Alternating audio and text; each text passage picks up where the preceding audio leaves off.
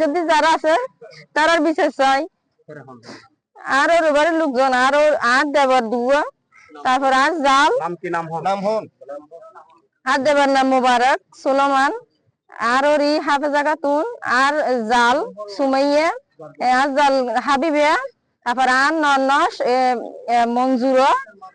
জুলেখা, মেরু সবাই মিলে করছে। জায়গা লইরে রাত জানাই হয়ে শুধু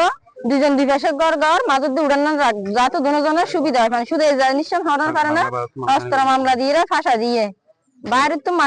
মানুষও নাই নচেনি। আইনের বিচার চাই, সুষ্ঠু তদন্ত করে বিচার চাই। মাধ্যমে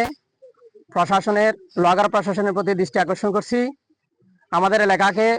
কুলুষিত করার জন্য কিছুদিন আগে বাইয়ে বাইয়ে সম্পত্তি বিরোধের জের ধরে আমাদের কাঠমিস্ত্রি দিনমজুরি করে খায় নাজিমুদ্দিন বেট্টাকে অস্ত্র দিয়ে মিথ্যা মামলা দিয়ে ফাঁসিয়ে আজকে আমাদের এলাকাকে কুলুষিত করেছে। এবং আমাদের এই পশ্চিম তাঁতিপাড়া শান্তিপূর্ণ এলাকা ছিল, এই শান্তিপূর্ণ এলাকায়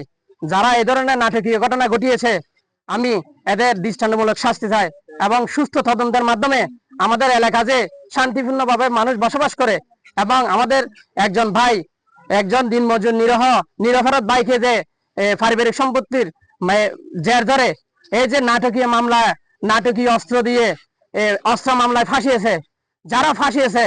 তাদেরকে দৃষ্টান্তমূলক শাস্তির মাধ্যমে আইনের আওতায় এনে এই সুস্থ তদন্তের মাধ্যমে আমাদের এলাকাকে এই যে শান্তিপূর্ণ মানুষ বসবাস করতেছে এটা শান্তিটা বিরাজ করার জন্য আমাদের লোহাগাড়া প্রশাসন সহ